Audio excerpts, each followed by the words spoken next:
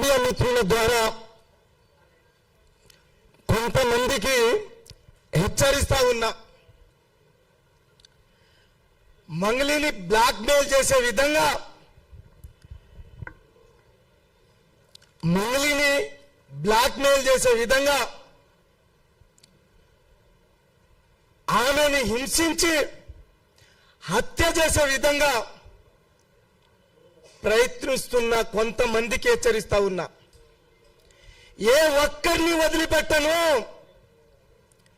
ఏ ఒక్కరిని సంపత్ రాథోడ్, అశోక్ రాథోడ్, కొంతమంది media, YouTube channel, ఏ ఒక్కరిని వదిలిపెట్టను. రాసుకోండి.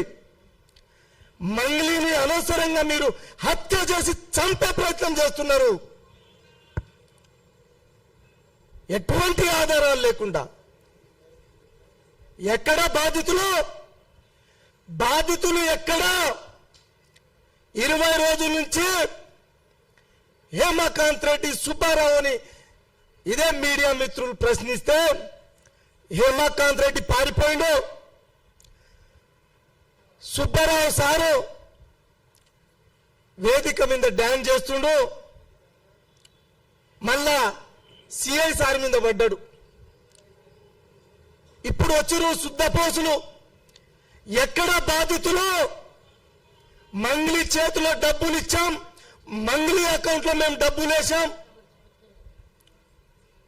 డైరెక్ట్ మా దగ్గర మంగళి తీసుకుందని. ఎక్కడ?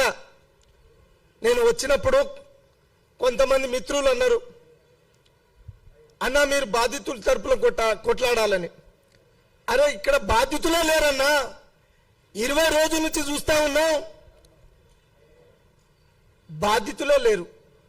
కానీ కొంతమంది మా బంజారా నాయకులే మా జాతి పరువు తీస్తున్నారు. అదేవిధంగా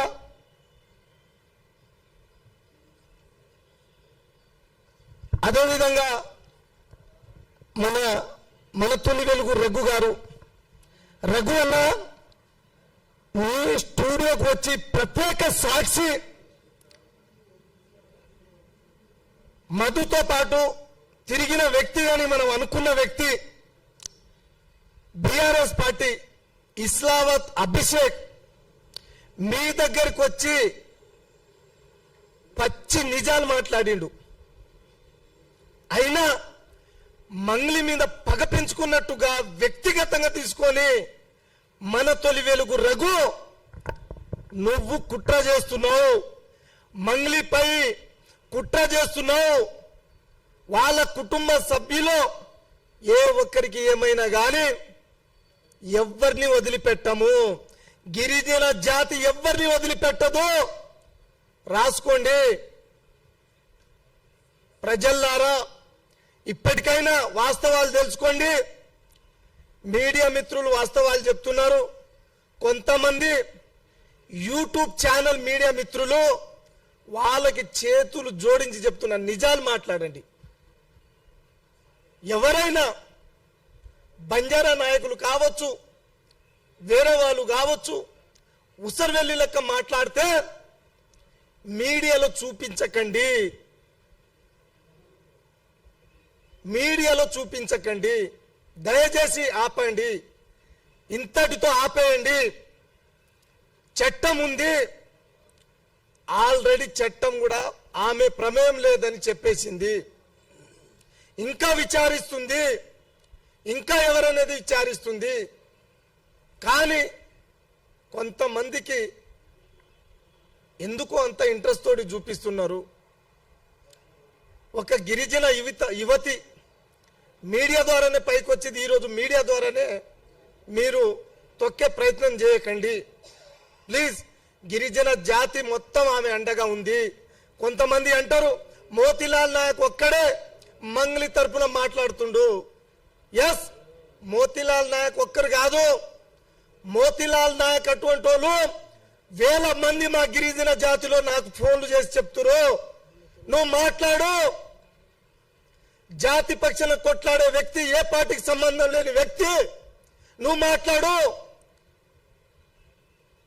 దమ్ముంటే ఆ శుద్ధ పుస్తక చెప్తున్న సంపత్కి జనసేన పార్టీను రాజీనామా చేసి ఇదే మన గిరిజన పెద్దల సమక్షంలో ఆ యూనివర్సిటీలో కూర్చుందాం. రా, నీ తరపున నువ్వు రా బిడ్డ, మాట్లాడదాం. ఎందుకని ఇట్లా చేస్తున్నావు? వ్యక్తిగతంగా మంగళిని ఎందుకు టార్గెట్ చేస్తున్నావు? ఒక్క చిన్న ఫోన్ వస్తే నువ్వు మీడియా ముందు పెట్టేస్తున్నావు. ఏం రా నాయన, నీకంతా ఎందుకు ఇంట్రెస్ట్ ఉంది? అరే మంగళి నాతో అబద్ధం ఆడింది, ఇట్లా చిట్కేసి మాట్లాడతావు, అరుస్తావు. ఆ ముక్కులో సీము గారుతుందో మరి ఏమో డుస్సు డుస్సు అనుకుంటా, మరి ఆమెను భయప్రాంతులు చేస్తున్నావో, మరి ఆ ముక్కుతోటి ఆ మీడియా లోగోని కొడుతున్నావో తెలుస్తలేదు. అరే ఉత్త పుణ్యానికి అనవసరంగా ఎందుకు రన్నా? ఇప్పుడే జాతిలో ఉన్న అందరు ఫోన్లు చేసి నేను తిడుతా ఉన్నారు.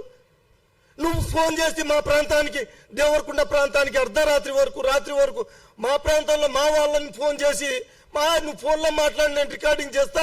నాకు కొంతమంది యూట్యూబ్ ఛానల్ వాళ్ళు నాకు ఫేవర్గా ఉన్నారు, అందులో నువ్వు ఫేమస్ అవుతావు, మీడియా ఫేమ్ అవుతావు. ఏం రా సంపద, నువ్వు అట్లా మాట్లాడి జాతి పరువు తీస్తున్నావు. జాతిలో ఉన్న ఉద్యోగస్తులు, రిటైర్మెంట్ అధికారులు, ప్రొఫెసర్లు అందరు తిడుతున్నారా నాయన? నువ్వు ఎందుకు? ఆధారాలు ఉంటే రారా నాయన. అనవసరంగా ఒక అమ్మాయిని ఇరికించినావు నువ్వు.